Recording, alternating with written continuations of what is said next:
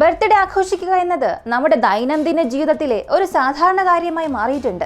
എന്നാൽ അങ്ങനെ ഒരു ബർത്ത്ഡേ ആഘോഷിച്ചത് കൊണ്ട് ഒരു ജീവൻ തന്നെ പോയി എന്ന് പറഞ്ഞാൽ നിങ്ങളെ കൊണ്ട് വിശ്വസിക്കാൻ സാധിക്കുമോ? ഇന്ത്യയിലെ ഉത്തർപ്രദേശിലെ കാൺപൂർ എന്ന സ്ഥലത്ത് ഇങ്ങനെ ഒരു വ്യത്യസ്തമായ സംഭവം നടന്നു. അതിനെക്കുറിച്ചാണ് നമ്മൾ അറിയാൻ പോകുന്നത്. അവസാനം വരെയും സ്കിപ്പ് ചെയ്യാതെ കാണുക. ഈ വീഡിയോയിലൂടെ നമ്മുടെ ജീവിതത്തിന് ആവശ്യമായ പല നല്ല കാര്യങ്ങൾ നമ്മൾ അറിയാൻ പോവുകയാണ്.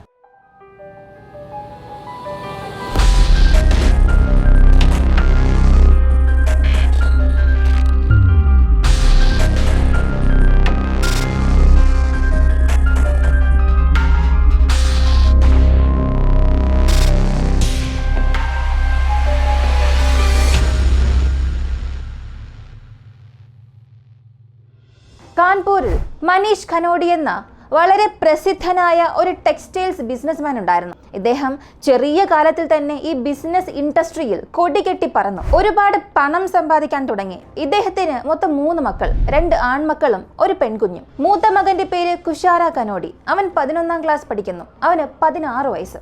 സാധാരണ സമ്പന്നർ എന്തായിരിക്കും ചെയ്യുക?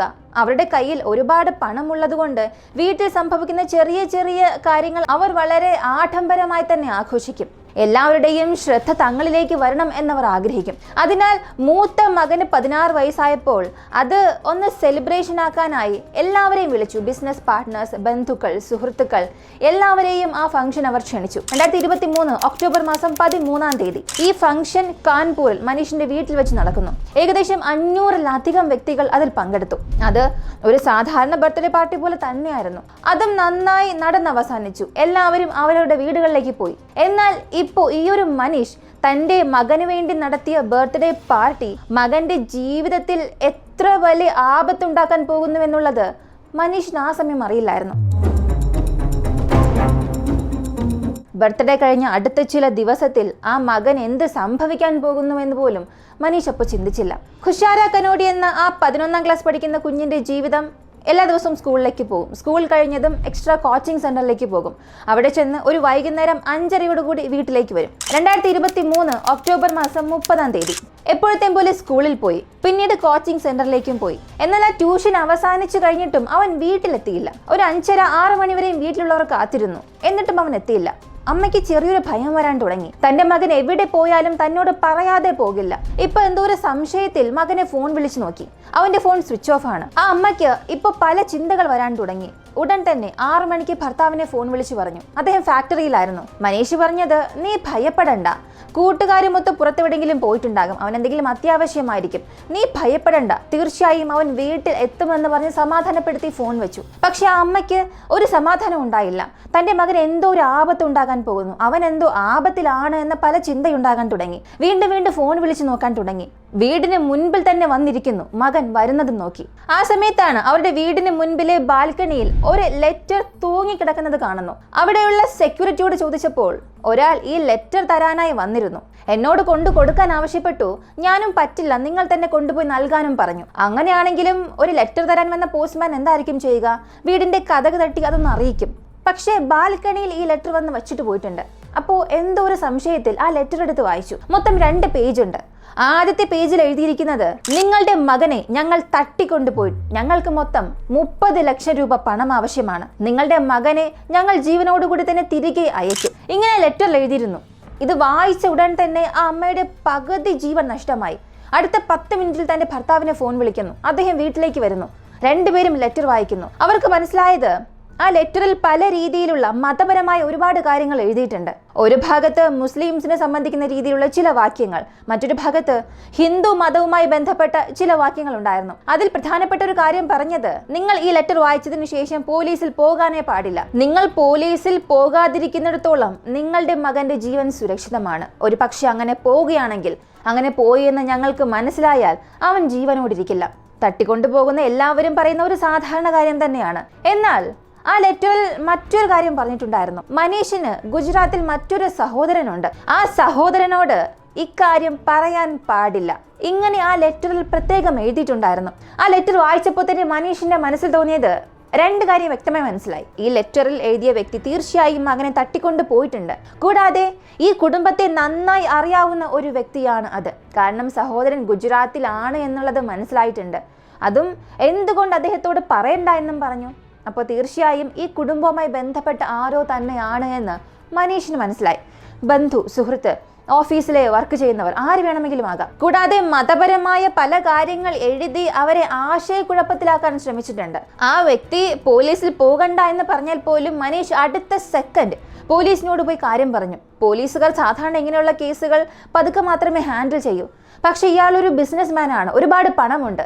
പോലീസ് ഉടൻ തന്നെ അന്വേഷണം ആരംഭിച്ചു. ആ ലെറ്ററിൽ പറഞ്ഞിരുന്നത് 30 ലക്ഷം രൂപ ആവശ്യമാണ്. ഈ 30 ലക്ഷം രൂപ നിങ്ങൾ ശരിയാക്കി എടുക്കുന്നതിന് 2-3 ദിവസം സമയം തരാം. എപ്പോഴാണോ പണം റെഡിയാക്കുന്നത് അപ്പോൾ നിങ്ങളുടെ വീടിന് മുൻപിൽ ഒരു കൊടി ഉയർത്തിയാൽ മതി. ഞങ്ങൾ നിങ്ങളുടെ വീടിന് മുൻപിലൂടെ പോകും. ആ കൊടി കണ്ട് നിങ്ങൾ പണം റെഡിയാക്കി എന്നുള്ളത് ഞങ്ങൾ മനസ്സിലാക്കുകയും ചെയ്യും. അങ്ങനെ കൊടി ഉയർത്തിയ അടുത്ത ദിവസം രാവിലെ 2 മണിക്ക് നിങ്ങളുടെ വീടിനും ചില കിലോമീറ്റർ ദൂരത്തിൽ ഒരു കൊക്കക്കോള ഫാക്ടറി ഉണ്ട്. ആ ഫാക്ടറിയിൽ രാവിലെ 2 മണിക്ക് വന്ന് പണം നൽകിയാൽ മതി. നിങ്ങളുടെ മകനെ വിളിച്ചുകൊണ്ട് പോവുക. ഞാൻ ഒരേ ഒരു കാര്യം മാത്രം പറയാം, നിങ്ങളുടെ മകന് യാതൊരു ആപത്തും വരില്ല. ഞാൻ പറഞ്ഞത് ശരിയായി ചെയ്യുകയാണെങ്കിൽ മാത്രം. പണം തന്ന 1 മണിക്കൂറിനുള്ളിൽ നിങ്ങളുടെ വീട്ടിൽ നിങ്ങളുടെ മകൻ ഉണ്ടാകും. അതിന് എനിക്കൊരു ഉറപ്പ് നൽകാൻ കഴിയുമെന്ന രീതിയിൽ ആ ലെറ്ററിൽ വ്യക്തമായി തന്നെ എഴുതിയിരുന്നു. പോലീസിന് ഒരു കാര്യം മനസ്സിലായി. ഈ കുടുംബം, അതായത് മനീഷ് പോലീസിൽ വന്നു എന്നുള്ളത് കിഡ്നാപ്പർക്ക് മനസ്സിലായാൽ അവർ കാരണം ആ കുഞ്ഞിന് എന്തോ ആപത്തുണ്ടാകും. ഇത് മനസ്സിലാക്കിയ പോലീസ് വളരെ രഹസ്യമായി അന്വേഷിക്കാൻ തുടങ്ങി. മഫ്തിയിൽ വീടിന് പുറത്തും അകത്തും തുടർന്ന് അവരുടെ അന്വേഷണം നടത്താൻ തുടങ്ങി. കാരണം വീടിന് മുൻപിൽ കൊടി ഉയർത്തിയോ എന്നറിയാനായി തട്ടിക്കൊണ്ടുപോയവർ എപ്പോൾ വേണമെങ്കിലും വരാം. അതിനാൽ പോലീസ് വളരെ ഗൗരവമായി അവരുടെ അന്വേഷണം രഹസ്യമായി കൊണ്ടുപോയി. അതേസമയം പോലീസിന്റെ ഒരു ടീം CCTV ഫൂട്ടേജസ് പരിശോധിക്കാൻ തുടങ്ങി. കുശാഗ്ര വീട്ടിൽ നിന്നും തിരിച്ച് സ്കൂളിലേക്ക്, സ്കൂളിൽ നിന്നും കോച്ചിങ് സെന്ററിലേക്ക്, അവിടെ നിന്നും തിരികെ വീട്ടിലേക്ക്, ഇവിടങ്ങളിലെല്ലാം എന്ത് സംഭവിച്ചു എന്നറിയാനായി ആ ഏരിയയിലുള്ള എല്ലാ CCTV ഫൂട്ടേജസും എടുക്കാൻ തുടങ്ങി. ആദ്യം സ്കൂളിൽ നിന്നും തുടങ്ങി. സ്കൂൾ അവസാനിച്ച് കോച്ചിങ് സെന്ററിലേക്ക് വരുന്നു. അത് CCTVയിൽ വ്യക്തമായി തന്നെ പതിഞ്ഞിരുന്നു. കോച്ചിങ് സെന്ററിൽ പോയി അന്വേഷിക്കുമ്പോൾ അവൻ ഒരു 4:15 അവിടെ നിന്ന് തിരിച്ചു എന്ന് പറഞ്ഞു. അതിനാൽ ഒരു 4:30 മുതൽ ഈ കോച്ചിങ് ക്ലാസ് അവസാനിച്ച് പുറത്തേക്ക് വന്നതിന് ശേഷം അവൻ എവിടെ പോയി എന്ന് ട്രാക്ക് ചെയ്യാൻ തുടങ്ങി. കുശാഗ്രയ്ക്ക് ഒരു സ്കൂട്ടർ ഉണ്ട്, അതിലാണ് അവൻ വരുന്നതും പോകുന്നതും. കോച്ചിങ് സെന്ററിന് പുറത്തുള്ള CCTV ക്യാമറ, അവിടെ നിന്നും മനീഷിന്റെ വീട്ടിലെത്താനുള്ള ആ വഴി, അവിടങ്ങളിലുള്ള എല്ലാ CCTV ക്യാമറയും പരിശോധിച്ചു. 4:20 കുശാഗ്ര കോച്ചിങ് സെന്ററിൽ നിന്നും പുറത്തേക്ക് വരുന്നു. തന്റെ ബൈക്ക് എടുക്കുന്നു. ഇതുവരെയും എല്ലാം ശരിയായിരുന്നു.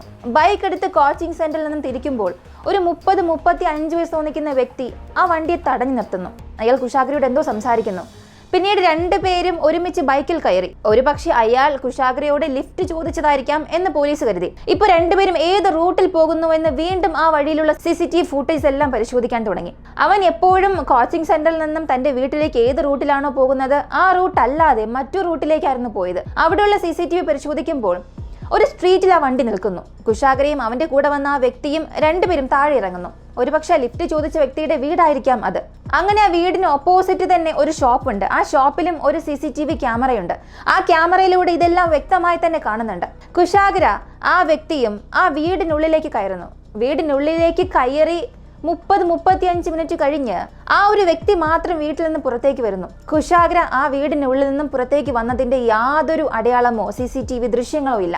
ആ വ്യക്തി ചെയ്തത് കുശാഗ്രയുടെ ബൈക്ക് എടുത്ത് ഓടിച്ചു പോകുന്നു. ഈ CCTV ഫൂട്ടേജസ് എല്ലാം കണ്ട് അവസാനിച്ചിട്ട് പോലീസിന്റെ ആദ്യ അന്വേഷണത്തിൽ തന്നെ കുശാഗ്രയുടെ ബൈക്ക് കണ്ടുപിടിച്ചു. കുശാഗ്രയുടെ ബൈക്ക് ഒരു സൂപ്പർ മാർക്കറ്റിന് പുറത്ത് നിൽക്കുകയാണ്. ഇതേ സമയം കുശാഗ്രയുടെ വീട്ടിൽ ആ ലെറ്റർ ഇടാൻ വന്ന ആ ഒരു വ്യക്തിയും CCTVയിൽ പതിഞ്ഞിരുന്നു.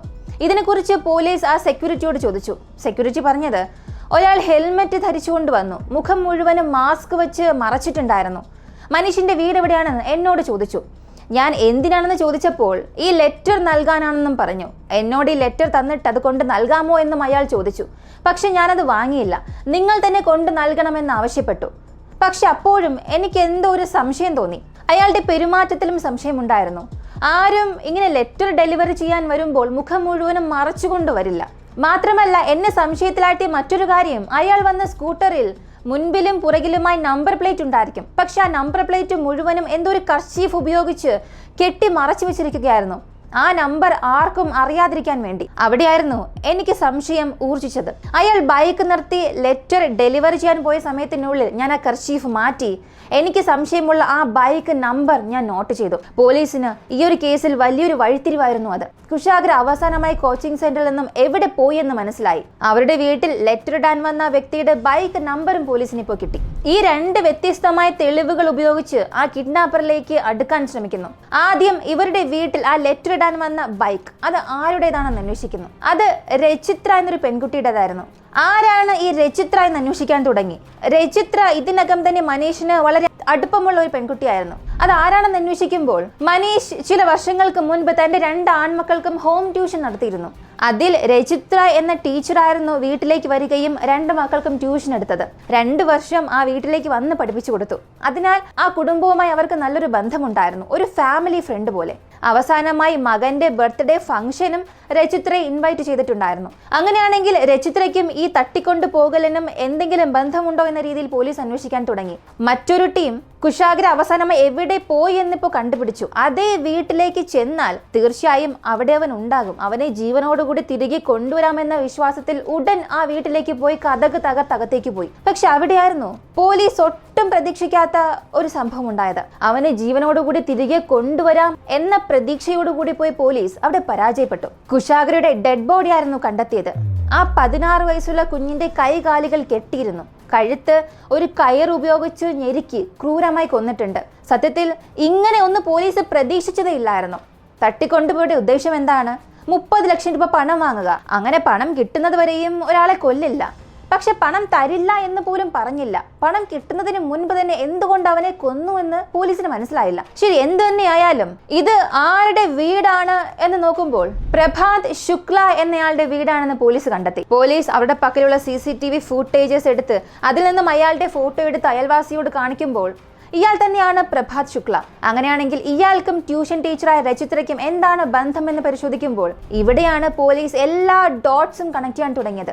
പ്രഭാത്, രചിത്ര രണ്ടുപേരും പ്രണയിക്കുകയായിരുന്നു. എത്രയും പെട്ടെന്ന് വിവാഹം കഴിക്കാൻ തീരുമാനിച്ചിരുന്നു. എന്തിന്? ചില ദിവസങ്ങൾക്ക് മുൻപ് കുശാഗ്രയുടെ ബർത്ത്ഡേ പാർട്ടിക്ക് രചിത്ര എന്ന ടീച്ചർ മാത്രമല്ല അവളുടെ കാമുകനായ ഈ പ്രഭാതും വന്നിരുന്നു. ഇപ്പൊ പോലീസിന് വ്യക്തമായി മനസ്സിലായി ഇവർ രണ്ടുപേരും ചേർന്നാണ് ഇതെല്ലാം ചെയ്തത്. മനീഷിൽ നിന്നും 30 ലക്ഷം രൂപ തട്ടിയെടുക്കാൻ മകനെ തട്ടിക്കൊണ്ടുപോയതെന്ന് മനസ്സിലായി. എന്നാൽ ഇതിൽ ആർക്കും ഉത്തരം കിട്ടാത്ത ഒരു ചോദ്യം, എന്തിനു വേണ്ടി പണം വാങ്ങുന്നതിന് മുൻപ് അവനെ കൊന്നു? പോലീസ് രചിത എന്ന ടീച്ചറുടെ വീട്ടിലേക്ക് പോയപ്പോൾ വീടിന് മുൻപിലൊരു വണ്ടി ഉണ്ടായിരുന്നു, സ്കൂട്ടി ഉണ്ടായിരുന്നു. ഇതിനകം സെക്യൂരിറ്റി അവിടെ വന്ന ബൈക്ക് നമ്പർ നോട്ട് ചെയ്തിരുന്നു. ആ നമ്പറും ഇവിടെയുള്ള നമ്പറും ശരിയാണോ എന്ന് നോക്കുമ്പോൾ ചെറിയൊരു കുഴപ്പം. അയാൾ നോട്ട് ചെയ്ത ആ നമ്പറിൽ E എന്ന ലെറ്റർ ഉണ്ടായിരുന്നു. എന്നാൽ ഇവിടെ രചിത്രയുടെ വീട്ടിന് മുൻപിൽ നിൽക്കുന്ന സ്കൂട്ടിയിൽ ആ E F എന്ന് മാറി. പക്ഷെ ബാക്കി നമ്പർ എല്ലാം സെയിം തന്നെയാണ്. ഒരു പക്ഷേ രചിത്ര ആ ഒരു ലെറ്റർ കൊടുത്തതിന് ശേഷം നമ്പർ പ്ലേറ്റിലെ E എന്ന നമ്പറിനെ F ആക്കി മാറ്റിയിട്ടുണ്ടാകാം എന്ന് പോലീസ് ചിന്തിച്ചു. അടുത്തറിയേണ്ടത് മനീഷിന്റെ വീട്ടിൽ ആ ലെറ്റർ കൊടുത്ത വ്യക്തി അതാരാണെന്ന് അറിയണം. സത്യത്തിൽ രചിത്രയായിരിക്കില്ല പോയത്, കാരണം വന്നത് ഒരു പുരുഷനായിരുന്നു. അപ്പോ പ്രഭാത് ആയിരിക്കുമോ വന്നത്, അല്ലെങ്കിൽ ഇനി മൂന്നാമത് ആരെങ്കിലും ഇതിലുണ്ടോ എന്ന രീതിയിലും പോലീസ് അന്വേഷിച്ചു. പോലീസ് ആദ്യഘട്ട അന്വേഷണത്തിൽ സംശയത്തിന്റെ പേരിൽ രചിത്രയെയും കാമുകനെയും സംശയത്തിന്റെ പേരിൽ അറസ്റ്റ് ചെയ്യുന്നു. അറസ്റ്റ് ചെയ്ത് ചോദ്യം ചെയ്യാൻ തുടങ്ങി. ഇവർ രണ്ടുപേരും അവരിൽ ചുമത്തിയ കുറ്റങ്ങളെല്ലാം നിഷേധിക്കുന്നു. എന്നാൽ രണ്ടുപേർക്കും എഗെയിൻസ്റ്റായി വളരെ സ്ട്രോങ് ആയ തെളിവുകൾ ഉണ്ടായിരുന്നു. വീണ്ടും വീണ്ടും അവരെ പോലീസ് അവിടെ അന്വേഷണ വലയത്തിൽ കൊണ്ടുവന്നു ചോദ്യം ചെയ്യാൻ തുടങ്ങി. ഒരു ഘട്ടത്തിൽ രക്ഷപ്പെടാൻ കഴിയില്ല എന്ന് മനസ്സിലായതും രണ്ടുപേരും സത്യം തുറന്നു പറഞ്ഞു. ഈ ഒരു കാരണത്തിന് വേണ്ടിയാണോ ഒരു കൊലപാതകം ചെയ്തത് എന്ന് പോലും നമ്മെ ചിന്തിപ്പിക്കുന്ന രീതിയിലുള്ള ഒരു മൊഴിയായിരുന്നു അവർ നൽകിയത്. നിങ്ങൾ സംശയിക്കുന്നത് പോലെ ഈ ഒരു കേസിൽ ഞങ്ങൾ രണ്ടുപേരും മാത്രമല്ല ഉള്ളത്. ഞങ്ങൾക്ക് സഹായമായി ആര്യൻ എന്നൊരു വ്യക്തി ഉണ്ടായിരുന്നു. അവനാണ് മനീഷിന്റെ വീട്ടിൽ ചെന്ന് ആ ലെറ്റർ ഇട്ടുകൊണ്ടുപോയത്. അതിന് രചിത്രയുടെ ബൈക്കാണ് ഉപയോഗിച്ചത്. അടുത്ത് ആര്യൻ എന്നൊരു പുതിയ വ്യക്തി വന്നു. പോലീസ് ഉടൻ അവനെയും അറസ്റ്റ് ചെയ്ത് കസ്റ്റഡിയിലെടുത്തു. ഏതൊരു കേസിലായാലും ശരി, മോട്ടീവ് വളരെ സ്ട്രോങ് ആയിരിക്കും. കിഡ്നാപ്പ് എന്തിനായിരിക്കും ചെയ്യുക? തീർച്ചയായും പണത്തിന് വേണ്ടിയായിരിക്കും. ആ പണത്തിന് വേണ്ടി തട്ടിക്കൊണ്ടുപോയി 16 വയസ്സുള്ള കുട്ടിയെ, അതും അറിയാത്തൊരു കുട്ടിയൊന്നുമല്ല, 2 വർഷത്തോളം ആ കുട്ടിയെ ട്യൂഷൻ എടുത്തിട്ടുണ്ട്. ആ കുടുംബവുമായി നല്ലൊരു ബന്ധവുമുണ്ട്. പോരാത്തതിന് അടുത്തിടെയാണ് ആ കുട്ടിയുടെ ബർത്ത്ഡേ ഫംഗ്ഷന് പോയി വരികയും ചെയ്തത്. അങ്ങനെയുള്ളപ്പോൾ എന്ത് കാരണം കൊണ്ട് ആ കുഞ്ഞിനെ കൊന്നു എന്ന ചോദ്യമായിരുന്നു വന്നത്. ഈ രണ്ടുപേരും എന്ത് സംഭവിച്ചു എന്ന് പറയാൻ തുടങ്ങി. രചിത്ര എന്ന ടീച്ചർ ഹിമാചൽ പ്രദേശിലുള്ളവരാണ്. അവർക്ക് 2 സഹോദരങ്ങളുണ്ട്. അവർ ഹിമാചൽ പ്രദേശിൽ താമസിക്കുകയാണ്. ഒരു ജോലി ആവശ്യത്തിനായി ഹിമാചൽ പ്രദേശിൽ നിന്നും രചിത്ര കാൺപൂരിലേക്ക് വരുന്നു. കാൺപൂരിൽ ജോലിക്ക് വരുമ്പോൾ രചിത്ര തന്റെ അമ്മയെയും കൊണ്ടുവരുന്നു. 3-4 വീടുകളിൽ ചെന്ന് ട്യൂഷൻ എടുക്കുന്നു. ജീവിതം മുന്നോട്ട് പോകുന്നു. അപ്പോഴായിരുന്നു മനീഷിന്റെ വീട്ടിലേക്ക് രചിത്ര ട്യൂഷൻ എടുക്കാൻ വന്നത്. ഒരു 2 വർഷത്തോളം ട്യൂഷൻ എടുത്തു. അതോടുകൂടി ആ കുടുംബവുമായി നല്ലൊരു സൗഹൃദ ബന്ധത്തിലായി. രചിത്ര അല്പം സാമ്പത്തികം കുറഞ്ഞ ഒരു പെൺകുട്ടിയാണ്. പക്ഷേ മനീഷ് രചിത്രയ്ക്ക് ഒരുപാട് സഹായം ചെയ്തിട്ടുണ്ട്. ഇങ്ങനെ ചില വർഷങ്ങൾ പോകുന്നു. ഒരു ദിവസം രചിത്രയുടെ അമ്മയ്ക്ക് സുഖമില്ലാതായി മരിക്കുന്നു. അതിനുശേഷം അച്ഛനും സുഖമില്ലാതായി. അടുത്തടുത്ത് അമ്മയും അച്ഛനും മരിച്ചു. കാൺപൂരിൽ ഇപ്പോൾ രചിത്ര ഒറ്റയ്ക്കായി. ഹിമാചൽ പ്രദേശിലേക്ക് പോകാം എന്ന് നോക്കിയാൽ അവിടെ നല്ല ജോലിയൊന്നുമില്ല. അങ്ങനെ കാൺപൂരിൽ നിന്ന് ജോലി ചെയ്ത് ജീവിക്കാമെന്ന് തന്നെ അവൾ തീരുമാനിച്ചു. അപ്പോഴാണ് പ്രഭാത് എന്ന വ്യക്തിയെ പരിചയപ്പെടുന്നതും പ്രണയിക്കുന്നതും. പ്രഭാത് അത്ര നന്നായി പഠിച്ചിട്ടില്ല, നല്ലൊരു ജോലിയില്ല, വളരെ അലസനായി കറങ്ങി നടക്കുന്ന ഒരു വ്യക്തി. ഇവർക്ക് 2 പേർക്കും ഇടയിലാണ് ഒരു പ്രണയം ഉണ്ടായത്. ഒരു ഘട്ടത്തിൽ വിവാഹം കഴിക്കാനും തീരുമാനിച്ചു. പ്രഭാതിന്റെ ഉദ്ദേശം രചിത്ര ട്യൂഷൻ എടുക്കുന്നുണ്ട്, പണം കിട്ടുന്നുണ്ട്, വിവാഹം കഴിക്കുകയാണെങ്കിൽ വീട്, കാറ്, പണം, സ്വത്ത്, അങ്ങനെ ഒരുപാട് ആഡംബരത്തോടു കൂടി ജീവിക്കാമെന്നായിരുന്നു അവന്റെ പദ്ധതി. അങ്ങനെ അവളെ കല്യാണത്തിന് പ്രേരിപ്പിച്ചു. രചിത്രയും സമ്മതിച്ചു. ഒരു പക്ഷേ ഭാവിയിൽ അവൻ നല്ല ജോലിക്ക് പോയേക്കാം, തന്നെ നന്നായി നോക്കുമെന്ന രീതിയിൽ രചിത്ര ചിന്തിച്ചു. അപ്പോഴാണ് ഈ ബർത്ത്ഡേ പാർട്ടിക്ക് ഇവരെ 2 പേരെയും ക്ഷണിച്ചത്. മനീഷിന്റെ വീട്ടിലേക്ക് രചിത്രയും കാമുകനും വരുന്നു. അങ്ങനെ അകത്ത് ആ വീട്ടിലേക്ക് പ്രവേശിച്ച ഉടൻ 2 പേരും ഞെട്ടിപ്പോയി. ഇത്രയേറെ ആഡംബരമായ ഒരു ബർത്ത്ഡേ ഫംഗ്ഷൻ അവർ കണ്ടിട്ടേയില്ല. അത്രയും വിഭവ സമൃദ്ധമായ ഭക്ഷണം. അവിടെ വന്നവരെല്ലാം കോടീശ്വരരാണ്. വീട് മുഴുവനും അലങ്കാരം. അതെല്ലാം കണ്ടപ്പോൾ അവർ സ്വയം മറന്നു. ആ ബർത്ത്ഡേ ഫംഗ്ഷൻ കഴിഞ്ഞു പോകുമ്പോൾ അവർ 2 പേരും സംസാരിച്ചത് മനുഷ്യന് ഒരുപാട് പണമുണ്ടല്ലേ, അങ്ങനെ അതിനെക്കുറിച്ച് തന്നെ സംസാരിക്കാൻ തുടങ്ങി. ഇപ്പൊ പ്രഭാത് പറഞ്ഞത്, വിവാഹശേഷം നമുക്ക് എവിടെയെങ്കിലും ഹണിമൂൺ പോകാം. പക്ഷേ ഹണിമൂണിന് പോകാനോ കാറ്, വീട്, ഇങ്ങനെ സെറ്റിലാകാൻ പോലും നമ്മുടെ കയ്യിൽ പണമൊന്നുമില്ല. എന്റെ പക്കൽ ഒരു ഐഡിയ ഉണ്ട്, അത് ശരിയായി ചെയ്താൽ നമുക്ക് ഒരുപാട് പണം കിട്ടുമെന്നും പറഞ്ഞു. രചിത്രയും അതെന്ത് പദ്ധതി എന്ന് ചോദിച്ചു. മനീഷിന്റെ പക്കൽ ഒരുപാട് പണമുണ്ട്, എന്തുകൊണ്ട് മനീഷിന്റെ മകനെ തട്ടിക്കൊണ്ടുപോയി 30 ലക്ഷം പണം ചോദിച്ചുകൂടാ? 30 ലക്ഷം അയാൾക്ക് വളരെ നിസ്സാരമാണ്, പെട്ടെന്ന് തന്നെ അയാൾ ആ പണം നൽകും. പക്ഷെ നമുക്കത് വലിയൊരു തുകയാണ്. അത് വെച്ച് നമുക്ക് ഹണിമൂണിന് പോകാം, വീട് വാങ്ങാം, തുണി വാങ്ങാം, കാർ വാങ്ങാം, നമ്മുടെ ജീവിതം തന്നെ സെറ്റിലാകുമെന്ന് പറഞ്ഞു. സാധാരണ ഒരു ടീച്ചറായ പെൺകുട്ടിയുടെ മനസ്സിൽ ഒരു നീച ചിന്ത വിതയ്ക്കാൻ തുടങ്ങി. രചിത്രയും ഇനി എത്ര ദിവസം ഞാൻ ട്യൂഷൻ എടുക്കും, നല്ലൊരു പദ്ധതിയല്ലേ, ഇത് ചെയ്യാമെന്ന് അവളും ചിന്തിച്ചു. 2 പേരും പദ്ധതിയിട്ടു. ഇവരുടെ പദ്ധതി അനുസരിച്ച് കിഡ്നാപ്പ് ചെയ്താൽ പണം വരുമെന്ന് ചിന്തിച്ച് അത് വരുന്നതിന് മുൻപ്, ഈ പദ്ധതികൾ നടപ്പിലാക്കുന്നതിന് മുൻപ് തന്നെ ഹണിമൂണിന് എവിടെ പോകാമെന്ന് പദ്ധതിയിട്ടു. അവിടെ പോയി തങ്ങാനായിട്ടുള്ള ഹോട്ടലും ബുക്ക് ചെയ്തു. ഈ പണം കിട്ടുമെന്ന് വിശ്വസിച്ച് എല്ലാം ചെയ്യാൻ തുടങ്ങി. അപ്പോഴാണ് പ്രഭാത് പല ദിവസമായി കുശാഗ്രയെ പിന്തുടരാൻ തുടങ്ങി. അവൻ എപ്പോഴാണ് വീട്ടിൽ നിന്നും ഇറങ്ങുന്നത്, സ്കൂളിലേക്ക് എപ്പോൾ പോകും, സ്കൂളിൽ നിന്നും എപ്പോൾ ഇറങ്ങും, അതിനുശേഷം എവിടെയെല്ലാം പോകുന്നു, അവനെ നിരന്തരം നിരീക്ഷിക്കാൻ തുടങ്ങി. പക്ഷേ ഇവർ 2 പേർ മാത്രം പോരാ, ഇവർക്ക് ഇനിയും ഒരാളെ സഹായത്തിന് ആവശ്യമാണ്. അങ്ങനെ പ്രഭാതിന്റെ നീണ്ടകാല സുഹൃത്തായ ആര്യൻ എന്ന വ്യക്തിയെയും ഇവരുടെ പദ്ധതിയിലേക്ക് കൊണ്ടുവന്നു. പ്രഭാത് ആദ്യം ചെയ്തത് കോച്ചിങ് സെന്ററിന് മുൻപിൽ ചെന്ന് നിന്നു. കുശാഗ്ര കോച്ചിങ് സെന്ററിൽ നിന്നും പുറത്തേക്ക് വരുന്നു. 2 പേരും സംസാരിക്കുന്നു. ഒരു 10 ദിവസത്തിന് മുൻപ് തന്റെ ബർത്ത്ഡേ പാർട്ടിക്ക് ടീച്ചർ വന്നിരുന്നു. ടീച്ചറുടെ കൂടെ വന്ന വ്യക്തിയാണ്. കൂടാതെ ടീച്ചറും ഇയാളും വിവാഹം കഴിക്കാൻ പോവുകയാണ്. ഇതെല്ലാം കുശാഗ്രയ്ക്ക് അറിയാം. അതിനാൽ അയാളോട് നന്നായി സംസാരിച്ചു. എന്റെ വണ്ടിക്ക് ഒരു അല്പം പ്രശ്നമുണ്ട്, എന്നെ വീട്ടിൽ കൊണ്ടാക്കാമോ എന്ന് പ്രഭ ചോദിച്ചു. കുശാഗ്രയും അതിന് സമ്മതിച്ചു. അയാളെ വണ്ടിക്ക് പുറകിലിരുത്തി 2 പേരും അയാളുടെ വീട്ടിലേക്ക് പോയി. വീടിന് മുൻപിൽ വന്നിറങ്ങിയപ്പോൾ പ്രഭാത് പറഞ്ഞത്, ഇത്രയും ദൂരം വന്നതല്ലേ, ഒരു ചായ കുടിച്ചിട്ട് പോകാം എന്ന് പറഞ്ഞ് അവനെ അകത്തേക്ക് കൊണ്ടുപോയി. അകത്തേക്ക് പോയതിനു ശേഷം അവനൊരു ഡ്രിങ്ക്സ് കൊടുത്തു. അതിൽ മയക്കുമരുന്ന് കലർത്തിയിരുന്നു. അവന്റെ കൈകാലുകളെല്ലാം കെട്ടിയിട്ടു. പിന്നീട് പ്രഭാത് 30 ലക്ഷം പണം എന്തായാലും വരും, പക്ഷെ പണം വന്നതിന് ശേഷം ഇവനെ റിലീസ് ചെയ്യണോ വേണ്ടയോ, അങ്ങനെ ഒരു ചിന്ത. പ്രഭാത് എടുത്ത തീരുമാനം ഇവനെ വിട്ടയക്കണ്ട. കാരണം പ്രഭാത് ഇവൻ അറിയാത്ത വ്യക്തിയൊന്നുമല്ല. അപ്പോൾ ഇവനെ വിട്ടയച്ചാൽ തീർച്ചയായും ഇവന്റെ പേര് പറയും. ഇവന്റെ പേര് വന്നാൽ തീർച്ചയായും രചിത്രയുടെ പേരും അവിടെ വരും. അതിനാൽ ഇവനെ വിട്ടയക്കണ്ട. പണം വാങ്ങി ഇവനെ പുറത്തുവിട്ടാൽ തങ്ങൾ അകപ്പെടും എന്ന് ചിന്തിച്ച് എപ്പോഴാണോ അവൻ ആ വീട്ടിൽ വന്നത്, അടുത്ത 1/2 മണിക്കൂറിനുള്ളിൽ തന്നെ ഒരു കയറുപയോഗിച്ച് കുശാഗ്രയുടെ കഴുത്ത് ഞെരിച്ചു കൊന്നു. അതിനുശേഷം ആ വീട് ക്ലോസ് ചെയ്ത് പുറത്തേക്ക് വരികയും രചിതയെ കാണുന്നു. പിന്നീട് ആര്യനെ മീറ്റ് ചെയ്യുന്നു. 3 പേരും ഒരുമിച്ചിരുന്ന് ആ ലെറ്റർ എഴുതി. 2 പേജുള്ള ലെറ്റർ. പോലീസിനെ കുഴപ്പിക്കുന്നതിന് പല മതപരമായ കാര്യങ്ങളും ആ ലെറ്ററിൽ ഉണ്ടായിരുന്നു. ആര്യന്റെ കയ്യിൽ കൊടുത്ത് ആ ലെറ്റർ മനീഷിന്റെ വീട്ടിൽ കൊടുക്കാൻ ആവശ്യപ്പെട്ടു. അപ്പോഴാണ് ആ security guard bike number note ചെയ്തത്. സത്യങ്ങളെല്ലാം മനസ്സിലാക്കിയ പോലീസ് കുശാഗ്രയെ തട്ടിക്കൊണ്ടുപോയി കൊന്ന കുറ്റത്തിന് ഈ 3 പേരെയും അറസ്റ്റ് ചെയ്ത് ജയിലടച്ചു. ഈ കേസ് ഇപ്പോഴും നടന്നുകൊണ്ടിരിക്കുകയാണ്. ഇതിൽ വളരെ ദുഃഖകരമായ കാര്യം, മനീഷും മനീഷിന്റെ ഭാര്യയും ഈ രചിത്ര എന്ന ട്യൂഷൻ ടീച്ചറെ ഒരുപാട് വിശ്വസിച്ചിരുന്നു. 2 വർഷത്തോളം മകന് ട്യൂഷൻ എടുത്തു. സ്വന്തം മകളെ പോലെയാണ് കണ്ടത്.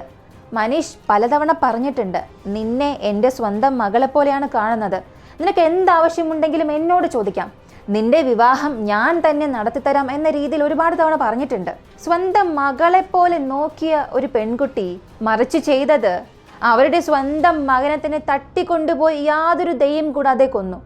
എത്ര വലിയ വിശ്വാസവഞ്ചനയാണ് കാണിച്ചത്. എന്തിനവളിങ്ങനെ ചെയ്തു എന്ന് എനിക്ക് പോലും വിശ്വസിക്കാൻ കഴിയുന്നില്ല. ഒരല്പം കാത്തിരുന്നെങ്കിൽ മനീഷ് തന്നെ സ്വന്തം പണമിട്ട് അവരുടെ വിവാഹം നടത്തി കൊടുക്കുമായിരുന്നു. അവർക്ക് എന്താവശ്യമുണ്ടെങ്കിലും അയാൾ തന്നെ നടത്തി കൊടുക്കുമായിരുന്നു. വെറും ഒരു ഹണിമൂൺ പോകാൻ ഒരു മകനെ തട്ടിക്കൊണ്ടുവരികയും കൊല്ലുകയും ചെയ്യുന്നു. വിശ്വസിക്കാൻ സാധിക്കുന്നില്ല. വളരെ വളരെ സ്വാർത്ഥതയേറിയ മനുഷ്യർ. എന്തൊക്കെയായാലും രചിത്ര ഒരു അധ്യാപികയല്ലേ. ഈ പ്രണയത്തിന് കണ്ണില്ല മൂക്കില്ല എന്നൊക്കെ പറയും. പക്ഷേ സ്വബോധം എന്നൊരു കാര്യമുണ്ടല്ലോ. തന്റെ കാമുകൻ എന്ത് വേണമെങ്കിലും പറയാം. പക്ഷെ അവൾക്ക് നന്നായി അറിയാം അതൊരു നല്ല കുടുംബമാണ്, അവർ നമ്മെ സഹായിക്കുമെന്ന്. അങ്ങനെ ഒരു കുടുംബത്തിലെ കുട്ടിയെ തട്ടിക്കൊണ്ടു പോകണമെന്ന ചിന്ത അവൾക്ക് എങ്ങനെ ഉണ്ടായി? ഒരു കുറ്റബോധം പോലും അവൾക്കില്ലേ? എന്ത് ധൈര്യത്തിലാണ് അവൾ അങ്ങനെ ചെയ്തത്? അതും തട്ടിക്കൊണ്ടു പോകുന്നതിന് മുൻപ് തന്നെ ഹണിമൂണായിട്ടുള്ള സ്ഥലം തിരഞ്ഞെടുക്കുന്നു, ഹോട്ടൽ ബുക്ക് ചെയ്യുന്നു. എന്ത് കോൺഫിഡൻസോട് കൂടിയാണ് അവരിത് ചെയ്തത്? സത്യത്തിൽ ദമ്പതികൾ അല്ലെങ്കിൽ കാമുകന്മാർ എടുക്കേണ്ട ഒരു പ്രധാനപ്പെട്ട കാര്യം, ഒരു ബന്ധത്തിൽ നമ്മൾ ആയിരിക്കുമ്പോൾ ഒരാളുടെ സ്നേഹവും വിശ്വാസവും കൂടുതലായിരിക്കും. അവർക്ക് വേണ്ടി നമ്മൾ എന്തും ചെയ്യാൻ തയ്യാറാകും. എന്നാൽ അതേസമയം ചില കാര്യങ്ങളുണ്ട്. എത്ര തന്നെ നമ്മുടെ പങ്കാളി നമ്മളോടൊരു കാര്യം ഇങ്ങനെ ആവർത്തിച്ച് പറഞ്ഞു, നമ്മളെ വിശ്വസിപ്പിക്കാൻ ശ്രമിച്ചാലും നമ്മളത് ചിന്തിച്ച് നോക്കണം. ശരിയാണോ തെറ്റാണോ? ഇതിൻ്റെ അനന്തരഫലങ്ങൾ എന്തായിരിക്കും? ഇതിന് നമ്മൾ സമ്മതിക്കണോ വേണ്ടയോ? ഇങ്ങനെയുള്ള കാര്യങ്ങൾ ചിന്തിക്കണം. തെറ്റാണെങ്കിൽ അത് ചെയ്യരുത് എന്ന് തന്നെ പറയണം. പക്ഷെ അങ്ങനെ പറയുന്നതിന് പകരം അവനെ സഹായിച്ചത് ഏറ്റവും വലിയ തെറ്റാണ്. അപ്പോൾ ജീവിതത്തിൽ നമ്മൾ ആരോടൊക്കെ സ്നേഹവും വിശ്വാസവും കാണിച്ചാൽ പോലും അവർ ചെയ്യുന്ന എന്തും ശരിയാണെന്ന് തോന്നിപ്പോകും. പക്ഷെ അങ്ങനെ ഒരിക്കലും ചെയ്യാൻ പാടില്ല. ഒരു ബന്ധത്തിലായിരിക്കുമ്പോൾ ശരിയാണ് ചെയ്യുന്നതെങ്കിൽ അവരെ അഭിനന്ദിക്കുക. തെറ്റാണ് ചെയ്യുന്നതെങ്കിൽ നീ ചെയ്യുന്നത് തെറ്റാണ് എന്ന് മുഖത്തോട് മുഖം നോക്കി പറയണം. എങ്കിൽ മാത്രമേ അവർക്ക് ആ തെറ്റ് മനസ്സിലാവുകയുള്ളൂ. മറ്റൊരു പ്രധാനപ്പെട്ട കാര്യം, എത്ര തന്നെ പണമുണ്ടെങ്കിലും എനിക്ക് പണമുണ്ട് എന്ന് പുറമേ കാണിച്ചാൽ അത് ആപത്തിൽ തന്നെ അവസാനിക്കും. ഈ ബർത്ത്ഡേ പാർട്ടി തന്നെയായിരുന്നു ഇവർ തന്നെ ട്രിഗർ ചെയ്തത്. അപ്പോൾ സമ്പന്നർ ബർത്ത്ഡേ പാർട്ടി ആഘോഷിക്കുന്നത് തെറ്റാണ് എന്ന് പറയാൻ കഴിയില്ല. ഈ പാർട്ടിക്ക് ഇങ്ങനെയുള്ളവരെ ക്ഷണിക്കുന്നത് തെറ്റാണ് എന്നും പറയാൻ കഴിയില്ല. മനീഷ് നല്ലൊരു വ്യക്തിയായിരുന്നു. പണമുണ്ടെങ്കിലും നല്ല മനുഷ്യനായി ജീവിച്ചു. അതുകൊണ്ടാണ് 2 വർഷം മുൻപ് മക്കൾക്ക് ട്യൂഷൻ എടുത്ത അധ്യാപികയെ പോലും ഈ ഒരു ബർത്ത്ഡേ ഫംഗ്ഷന് വിളിച്ചത്. എന്നാൽ തെറ്റ് ചെയ്തത് ഇവരായിരുന്നു. തീർച്ചയായും രചിത്ര കാമുകന്റെ വാക്ക് കേൾക്കാൻ പാടില്ലായിരുന്നു. എന്തായാലും നമ്മുടെ പക്കൽ പണമുണ്ട്, അത് ആഡംബരമായി കാണിക്കുകയാണെങ്കിൽ അതെന്നും ഒരു ആപത്തിൽ തന്നെ ചെന്ന് അവസാനിക്കും. സാധാരണ ഒരു കടയിൽ പോയി സാധനം വാങ്ങുന്ന രീതിയിലാണ് ഒരു കുഞ്ഞിനെ തട്ടിക്കൊണ്ടുപോവുകയും ക്രൂരമായി കൊല്ലുകയും ചെയ്തത്. അവസാനം എന്ത് സംഭവിച്ചു? 2 പേരും ജയിൽ തന്നെയാണ്. ജീവിത അവസാനം വരെ ജയിൽ തന്നെയായിരിക്കും. എന്നായാലും അത്യാഗ്രഹം ആപത്ത് തന്നെയാണ്. ഈ ഒരു വീഡിയോയെ കുറിച്ചുള്ള നിങ്ങളുടെ അഭിപ്രായം കമന്റിൽ പറയുക. വീഡിയോ ഇഷ്ടമായാൽ മറക്കാതെ ലൈക്ക് ചെയ്യുക. നിങ്ങൾ നൽകുന്ന ഓരോ ലൈക്കും കമന്റുമായിരിക്കും ഈ വീഡിയോ മറ്റൊരുപാട് പേരിലേക്ക് എത്തിക്കാൻ സഹായിക്കുക. ഇങ്ങനെയുള്ള വീഡിയോസ് കാണാൻ താല്പര്യമുള്ളവരാണ് നിങ്ങളെങ്കിൽ ഇതുവരെ നമ്മുടെ ചാനൽ സബ്സ്ക്രൈബ് ചെയ്തിട്ടില്ല എങ്കിൽ ഇപ്പോൾ തന്നെ സബ്സ്ക്രൈബ് ചെയ്ത് സപ്പോർട്ട് ചെയ്യുക. മറ്റൊരു വീഡിയോയുമായി വീണ്ടും കാണാം.